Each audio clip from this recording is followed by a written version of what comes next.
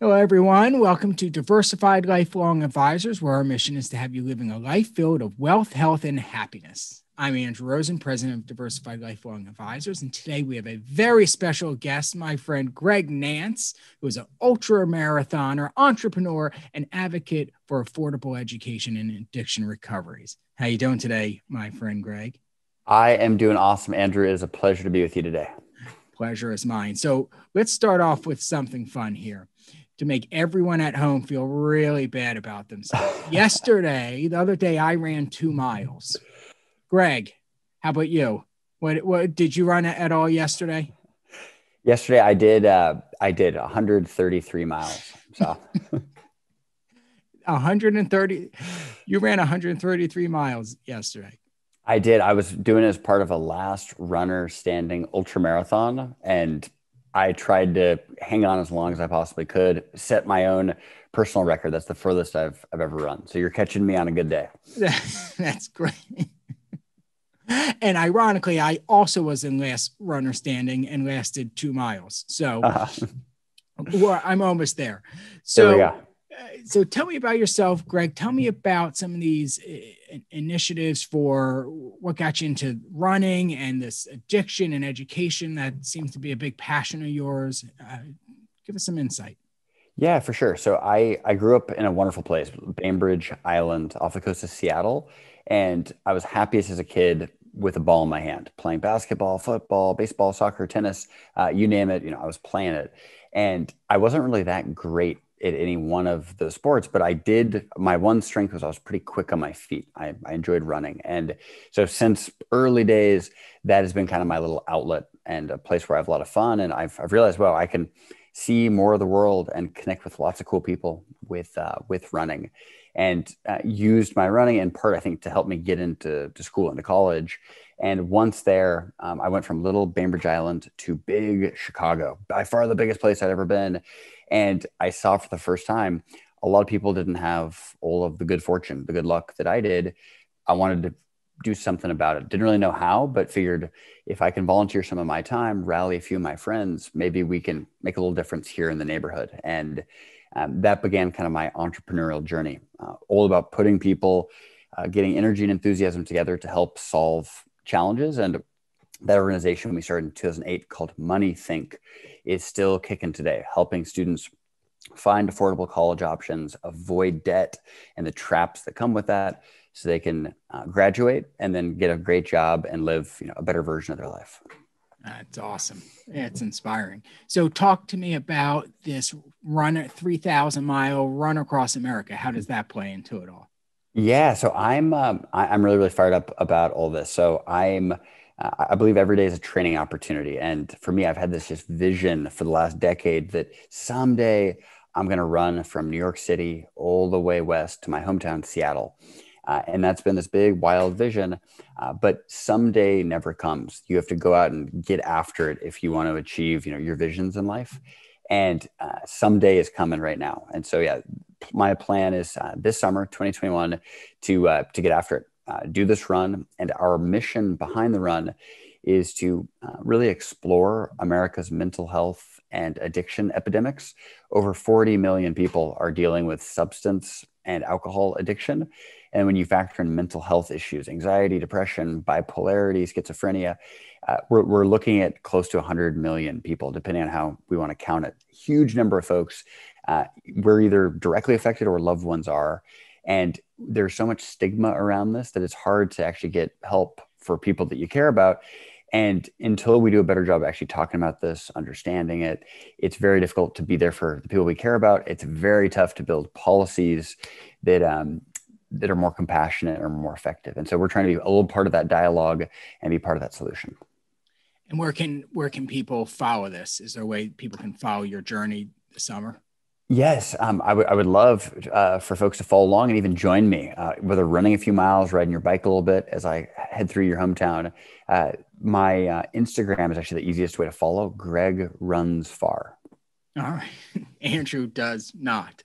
Um, so, and I would imagine it's a serious thing you're doing.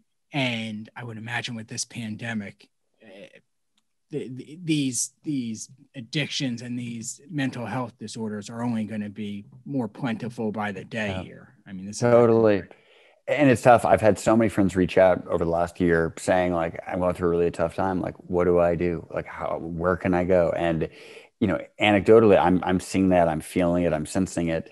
And I know that this is just one little pocket of our country and of the world. And it is a huge issue. And until we're able to really address it head on, it's really tough to build real solutions. right. It's cool. Your microphone is your feet. So let's talk about, so this is a blog about wealth, health, and happiness. Yep. And you certainly touch on a lot of these areas, but something I'd love your advice on for myself and all our listeners is there's a couple key aspects to running, right? And you could probably help us run better, as I capped out at 2 miles on my little Peloton tread the other day. I was all proud of myself. Hey. Minimum walking even. And how can we run better? Is there styles? Is there tricks to running longer or easier for those that dread it? I mean, help give guidance for an expert. I mean, probably the top person I can ask in the country about running as far as exercise. I mean, give some tips for us. Yeah, biggest tip that's helped me is start smaller. Start smaller. And what I mean by that is it's really easy to think, oh, like my friend did a half marathon. If I can't run 13 miles, like I'm not a runner. And totally not the case. I used to struggle big time running 1 mile. It's hard. It's difficult until you're trained and acclimated.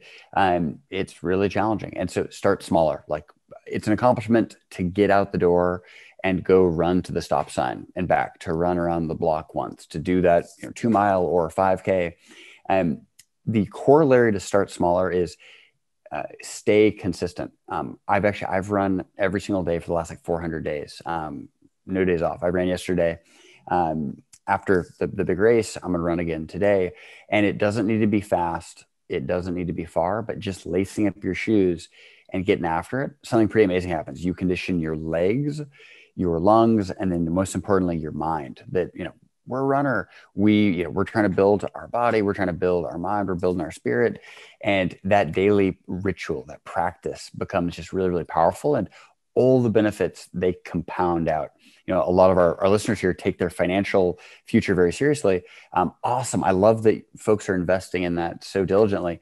And with a couple small habits around getting out the door each day, we can also see the compounding results in our physical and mental and spiritual health as well. All right, let me take a note here. So don't start with 133 miles. Is that what? That's right. All right, good. We have a lot of injured clients next week if that were the case. How about technique-wise? Is there any technique-wise or stretching or anything like that really you find will increase or make us better at this craft? I like it. Good question. So before running, it is a good idea to warm up. Before I head outside, I do a variety of calisthenics that are all circular in motion. We call that dynamic stretching. And the basic idea is get a lot of blood flowing to the places that will take a lot of kind of pressure and stress while you're actually running. So like ankle circles, little circles where you're like writing letters of the alphabet with your toes. And then knee circles where you're kind of bending in, hip circles, shoulder circles, neck circles. And I do that for like 3 to 5 minutes, depending on how I'm feeling. If I'm limber, maybe a little bit less. If I'm really tight or stiff, a little bit more. And the beauty about that is as soon as I start running, my blood flow is a little higher, the heart's going a little more. And I've kind of like prime myself that I'm going to go out and run. And what that does is it stretches out your hips are more flexible. Your knees can then take a little bit more impact and you're less likely to injure yourself. You're more likely to have a good time. So that's the first big thing. The second quick one is don't overstride, don't overstretch. There's a temptation to like be a gazelle and just like let your legs fire all over. And you can work up to that certainly when you're at the end of a tough workout and you're really warmed up. But when you're starting, actually keep your feet kind of under you. And it's all about the turnover in your feet. And the shorter your strides, actually, less likely to injure yourself. There's lower impact on your joints, and you'll end up staying way more consistent. You can run a lot further that way. Even if it's a little bit slower each step, you're going to have far more rotations. Yeah, I've even tried pose running. So which is kind of in that theme. Interesting. So I met Greg, everyone, at a leadership class, and he was actually one of the leaders there, not surprisingly. And he spent a lot of time, and I'd love for you to share a couple of these insights, talking about something you just mentioned, which is the mental side of running and how it can both help with all of us aspiring to run or work out, but it also translates to a lot of aspects of just our life in general, whether it's career, family, life goals. Talk about that for me. Talk about the mental side, the mental toughness that comes with being able to push your body beyond limits that are conceivable to. I don't want to drive 133 miles, let alone walk or run them. So talk about what goes on in a brain like yours that is different than a brain like mine. Well, hey, number one, I think it is all trainable. I think all of us, we're malleable. We're like clay, and it's all about figuring out what do you actually want to mold and build yourself as. And so, I've chosen one path. This path is totally not for everybody. A lot of folks don't like running, and that's totally fine. Find something that you do like, right? Though, if you are, aiming to become the strongest version of yourself, you're really trying to get after it. I do have a few core fundamentals that work really well for me. One of them, I call it embrace the suck. And basically, any big goal, no matter what you're doing, is going to involve big setbacks, really challenging chapters where really you just feel like quitting, or you feel like, cursing at the world, or having a temper tantrum. I felt all of those things 2 days ago when I was doing this 133-mile race where I felt terrible. I was cold. I was hungry. I didn't have enough to drink or to eat. I was nauseous. I just felt terrible.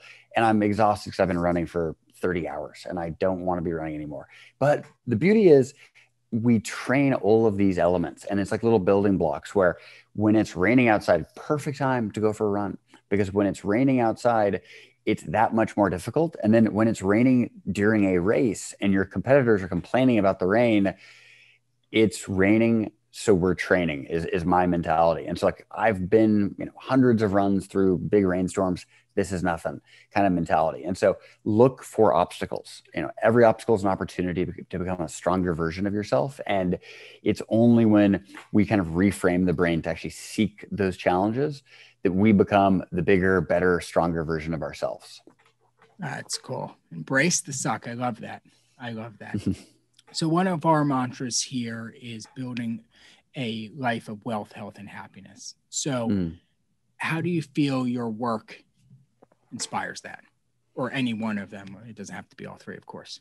Yeah, no, I think they're so connected. I think it's really difficult to have true wealth if you don't have your personal health and happiness, right? And likewise, it's hard to be happy if you're not healthy and have someone else. So they're so connected, and that's part of why I love your mantra, your leadership, and admire the work that you do, because that holistic mindset is right on. For me, it really starts with kind of like self. So like I'm a big believer that if you take care of your own mind, body, spirit, then you can be your best self in the world. You can do the work you're meant to do. You can be there for your family, for your friends, putting it in for your hobby, whatever it is. And so yeah, I'm a big habits and routines guy. So 8 hours of sleep, 100 ounces of water, 3 clean meals a day, like go run at least 1 mile, like simple things, but compounded out can be pretty powerful. And then my chief kind of mantra is best team wins. And so I try to work with the best people I possibly can in, each organization, each kind of facet of life.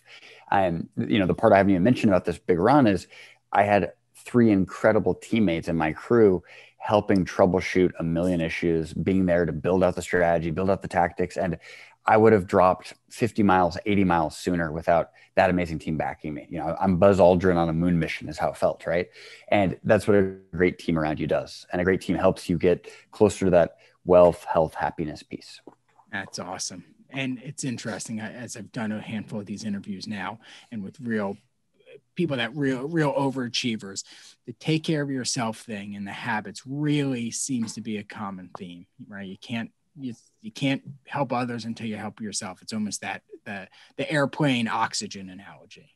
There you go. I'm a runaway freight train without it. So like to keep me on the tracks, we got it. So yeah. Oh yeah. And I can barely get out of bed without a good team around me. So it all resonates with me for sure. So, all right, a couple last questions for you. So happiness is a big theme of ours and our clients living their best life. What makes Greg Nance happy besides running, which is so obvious, or miserable or sucking? But what makes you happy? I really like simple things. So for me, it's a cup of coffee in the morning. I live in a big forest. There's trees all around that are beautiful. I have two wonderful nieces that live just a couple miles down the road. We're gonna have a little dinner tonight where I'll tell them stories about the latest adventure. So for me, it's those little itty bitty things make me real happy. That's awesome. All right. So leave us with one big tip. What do you want people to remember about Greg Nance or your mission or your message or your life advice? Yeah, I'd say follow your smile. Take a second to think about the things that make you happy and then prioritize those things because there's magic in momentum. And when we get started in a new hobby or in a new investment strategy or a new time with our family, whatever it is that brings us more zest in our life, we're going to be that much happier, that much more fulfilled, that much more content, and that much better of a version of ourselves. I love it. Follow your smile. Is there any better message out there than that? All right, Greg, tell everyone where they can, you mentioned your Instagram page. Tell everyone how they can follow you, contribute, help, be part of this ride, or just Yeah. eat potato chips and feel bad about themselves as you're No, conquering. totally. So I would love to connect. You can do that on Instagram, Greg Runs Far, or my website, gregrunsfar.com. I am producing a documentary film around this run about mental health and addiction recovery. And yeah, would be totally honored to partner. Reach out. I would love to hear your story. And we're always looking to build our tribe because it takes a village. I love it. Greg Runs Far. It's a great hook or handle. So, Greg, thank you for joining me today. I know everyone will really appreciate hearing your message. Great insights. You're a fantastic person. I consider you a friend, as you know, and I am excited to follow your journey here. And of course, everyone follow him. Greg Runs Far. Thank you as always, Greg. And as always, I'm Andrew Rosen. Stay healthy, stay wealthy, and stay happy. Take care.